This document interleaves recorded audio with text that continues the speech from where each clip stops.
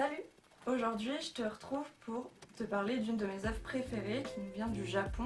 Tu la connais sûrement sous le nom de La Vague ou La Grande Vague d'Okusai, qui en fait s'appelle en réalité La Grande Vague de Kanagawa. Donc déjà, qu'est-ce qu'on y voit? Comme je te l'ai dit, ça s'appelle La Grande Vague de Kanagawa. L'estampes représente en fait cette baie, qui est la baie de Kanagawa. Donc, qu'est-ce qu'on y voit donc? On y voit une énorme vague qui va s'abattre sur des pêcheurs, mais c'est comme si l'image était arrêtée et qu'on savait déjà le sort qui allait être réservé aux pêcheurs, mais que le temps s'est arrêté juste avant.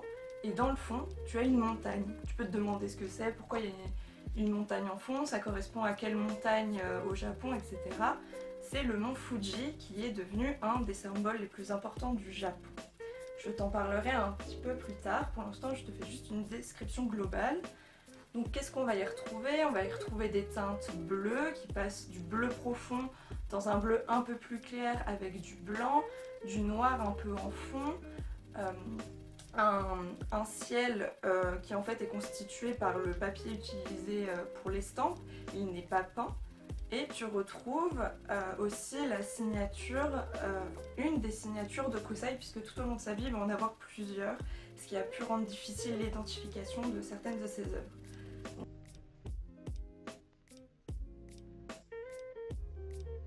Donc tu peux te demander qui est Okusai. Donc Okusai, c'est un peintre de l'époque Edo, je te mets les dates juste là, qui est né en 1760 d'un père miroitier. À 13 ans, son père va le placer dans un atelier de gravure, puis Okusai, à 19 ans, va décider de poursuivre une carrière de peintre et il va rentrer dans une école pour ça. Donc sa série la plus connue, c'est les 36 vues du mont Fuji, dont fait partie cette estampe, où en fait, comme le titre l'indique, on aura différentes vues autour du mont Fuji. Chaque estampe est constituée, chaque estampe en fait représente un paysage avec le mont Fuji en arrière-plan ou directement le mont Fuji. La version que je te présente aujourd'hui a été faite en 1831, en tout cas dans ces eaux-là, puisqu'en fait il y a eu plusieurs exemplaires et tu verras pourquoi. Pour revenir sur l'estampe, c'est une estampe de paysage qu'on appelle Yukiyo-e, qui est de l'estampe sur bois et qui va caractériser un nouveau mouvement dans l'art japonais. Donc avant de rentrer plus en détail dans l'œuvre, je vais devoir te refaire un petit contexte de ce qui se passe à l'époque au Japon.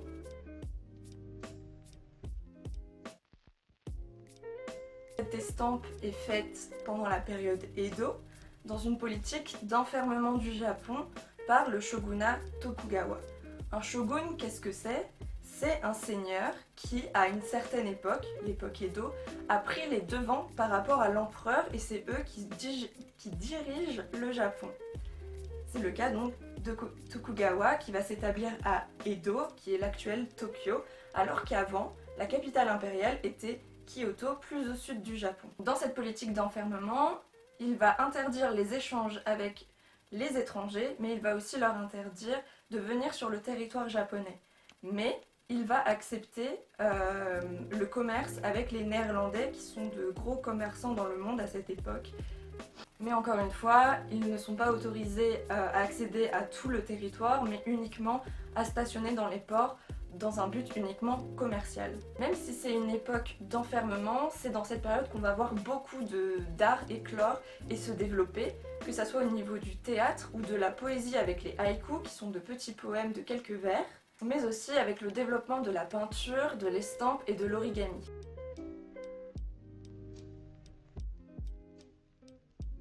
Donc maintenant, on va revenir sur l'estampe en elle-même. Qu'est-ce qu'on y voit? Quelles sont les références qu'on peut trouver? Qu'est-ce que ça veut dire? Pourquoi il a fait ça? Pourquoi ces couleurs, etc. Donc déjà, je vais un peu te parler des influences occidentales dans cette estampe. Même si ça peut paraître bizarre puisque je viens de te dire que le Japon était totalement réservé aux Japonais, et bien en fait, les commerçants néerlandais arrivaient quand même avec des gravures et pouvaient du coup les montrer aux Japonais et ça pouvait circuler comme ça. Et en plus, ils ont apporté un nouveau pigment qu'on appelle le bleu de Prusse qui sera utilisé dans l'art.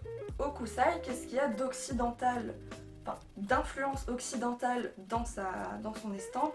Ça va être tout ce qui va toucher à la perspective. On va avoir une ligne d'horizon, de la profondeur, chose qu'on ne trouvait pas vraiment dans l'art traditionnel japonais, du moins pas cette perspective. Ici c'est la nature qui va dominer l'homme alors que traditionnellement c'est plutôt l'inverse. La nature ne sert en fait que de décor pour sublimer et mettre en valeur l'homme. On ne va pas hésiter par exemple à le grandir dans des estampes par rapport à la nature qui en fait ne servira juste qu'à mettre en valeur l'homme. Donc on va le grandir pour qu'il soit plus visible et que notre œil soit directement attiré par sa présence. Mais ici, c'est pas vraiment le cas. Les pêcheurs, ils sont plutôt cachés dans la mer, la vague va s'abattre sur eux, c'est la nature qui a le devant sur l'homme.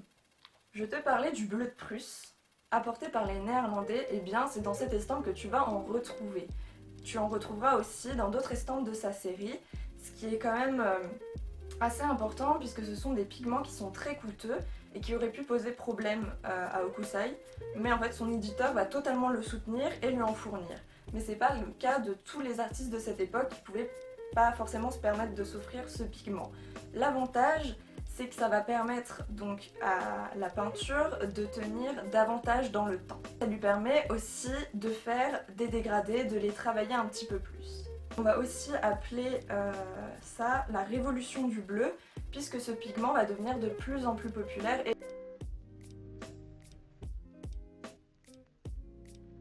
Après, je vais un peu te parler des aspects peut-être un peu plus japonais et des aspects liés à la religion que tu retrouves dans cette estampe. Déjà, donc comme je te le disais, c'est une estampe ukiyo-e, c'est-à-dire que c'est une image du monde flottant. Je vais t'expliquer, ne t'inquiète pas. C'est-à-dire qu'elle a pour but de saisir en fait le caractère éphémère de la beauté du monde. Donc par exemple, la nature surtout, ce qui va être en rupture en fait avec l'art traditionnel japonais.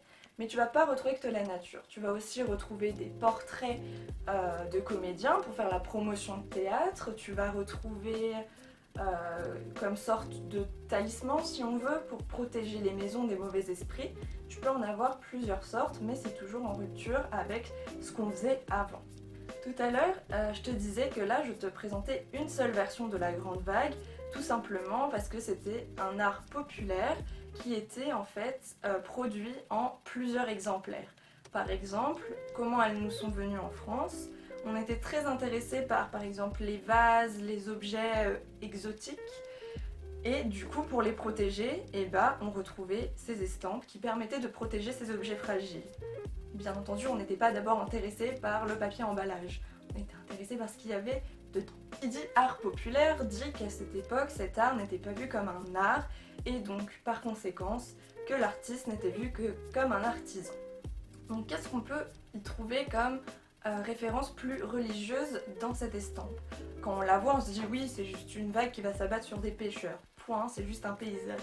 Eh bien non, pas que. En fait, ce que tu vois ici, déjà d'un point de vue occidental, tu peux trouver que le ciel paraît très très vide, qu'il manque des nuages, des choses comme ça. En fait, c'est fait exprès.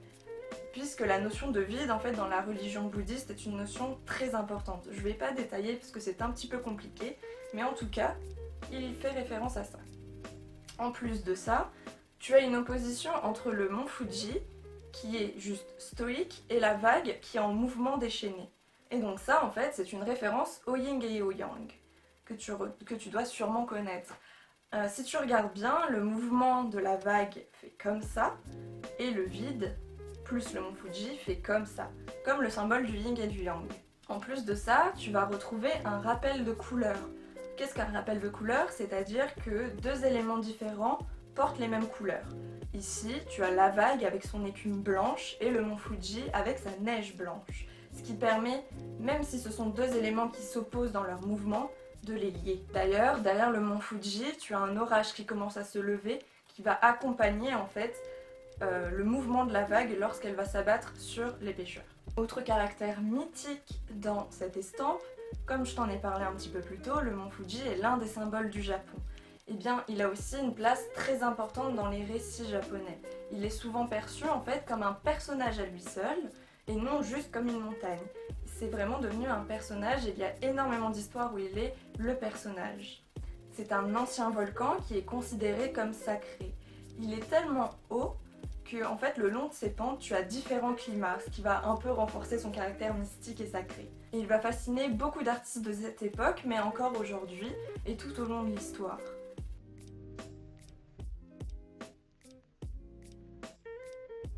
Tu dois te demander en fait comment on a eu connaissance de cette estampe en France alors qu'elle date du 19e et que elle aurait très bien pu passer à la trappe.